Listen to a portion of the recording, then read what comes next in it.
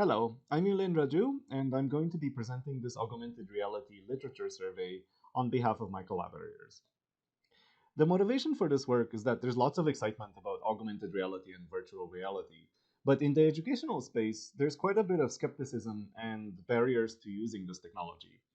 And this is due to multiple factors. There's barriers to entry and access to this technology, and related to that are also high costs of developing and using and supporting these technologies in classrooms. Also, there's lack of understanding why these technologies are useful and when they're useful and when they're not useful in educational settings. So, in this work, we wanted to provide educators the answers to the following questions. First, for what kinds of curriculum topics does augmented reality provide a benefit? And what are also some popular educational applications that have been used in educational spaces? The second question is, what are the learning processes that are enhanced by augmented reality technologies?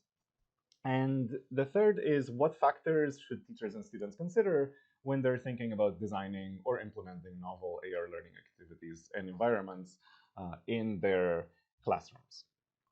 So to answer these questions, we actually looked at two sets of data sources. The first one was academic research papers in the last 10 years. So papers from 2010 to 2021. We had some filter criteria to ensure high quality of papers. And we started with almost 2,000 papers, but we filtered them to about 39 papers that were included in our final review. And then we also looked at websites and blogs to understand what kind of opinions and expectations and excitement is there from educators. So we started with 86 websites. These were published in the last, since 2019 to 2021. And our final data set, we ended up with 53 websites that were included in this review. So to answer these questions, I will just go through each of them. The first one is about curriculum topics and applications, and you can find lots of details in the paper, but in this presentation, I will just go over the most popular ones. So it turns out that for anatomy and biology and kind of subjects that relate to understanding spatial phenomena and spatial structures, augmented reality is really good. So there's examples for biology, understanding, for example, what a heart or what the inside of a human body looks like, from physics and chemistry to understand what structures happen at the molecular level, or what kind of structures happen when somebody's looking at something but they cannot see the invisible structures, such as magnetic fields. It's also used for mathematics.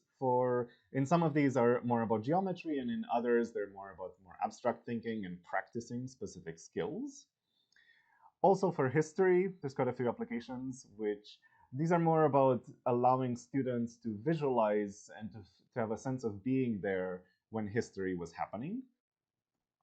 And language and learning were also popular. So for example, students being able to understand words in their environment, or being able to translate their environments into their native languages.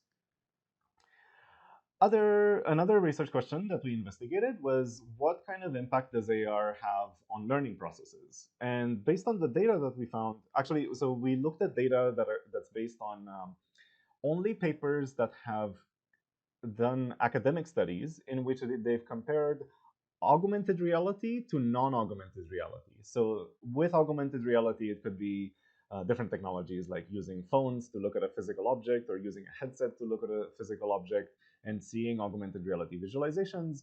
And without augmented reality conditions, these were usually students just looking at physical objects or looking at more traditional materials such as paper or websites or even interactive applications that are not using augmented reality. So by looking at the academic literature that did these kind of studies, we found that the effects of augmented reality can be split into three different categories: on effects on student motivation, effects on student cognition, and also on collaboration.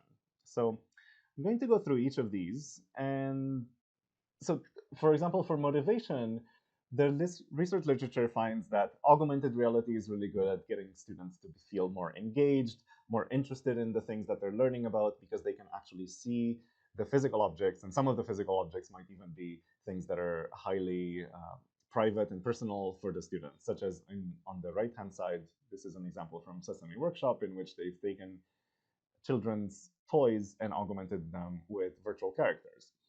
Um, Also, the research literature finds that when students experience these kind of things, they feel not only motivated in terms of engagement and interest, but also they feel like the content is more relevant to them and they feel like it's more useful. Oftentimes, they find that the experience is easier to use than learning in other methods. It's unclear, however, if it improves self-efficacy or confidence. Some studies have shown that when students experience these kind of things, they feel better about themselves and about their abilities, but other studies were in contrast to that. So more studies are needed to investigate self-efficacy and confidence. In terms of student cognition, the majority of studies that has shown that augmented reality is good at improving knowledge gains about specific topics. It's also good at improving student attention and the sense of flow. So their sense of basically being lost in the activity and being able to follow instructions. It's unclear, however, if memory is improved, and it's also unclear if cognitive load and task load is improved. So there's some augmented reality experiences and user studies that show that people are learning, are memorizing better. They have better memory for the content that they've learned. Also showing that students' cognitive load is reduced, so they can focus on the activities better, and they can pursue the activities step by step better. However, there's also other conflicting research which shows that with augmented reality, some students feel overwhelmed, so their cognitive load is actually higher, or their memory for specific things isn't as good as if they didn't have augmented reality. And this might be because of the fact that with augmented reality, there can be lots of information being shown to students at the same time. So that might create some challenges. And finally, for collaboration, the research does show that students are better able to collaborate. Communicating with each other is made easier by augmented reality, and also balancing the dominance between different team members. But it's unclear if the augmented reality is actually better for some types of group activities, such as exploring things together in a group. It might be better that in traditional ways, group exploration is better. So for more details, please see our paper about these topics. Finally, we have some factors to consider when teachers and students are choosing to use augmented reality in educational spaces. When choosing these kind of hardware and software, it's important to consider if they're age appropriate.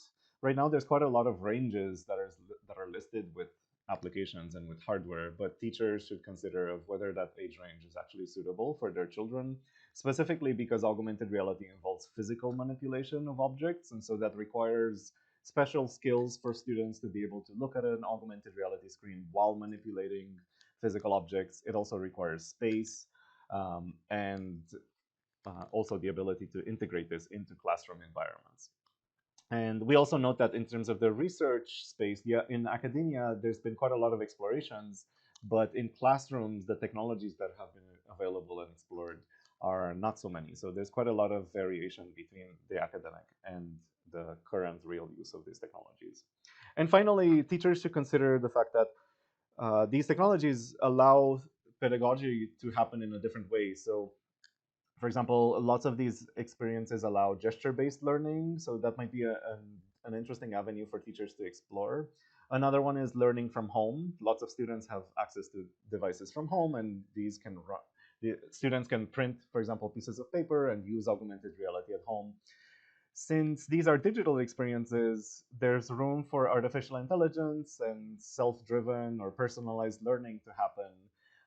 And this can create a change in the pedagogical style where a teacher is not a sage on the stage, what's popularly termed, but now they become a guide on the side where they basically support students as they're going through an experience rather than being in full control of what students are doing.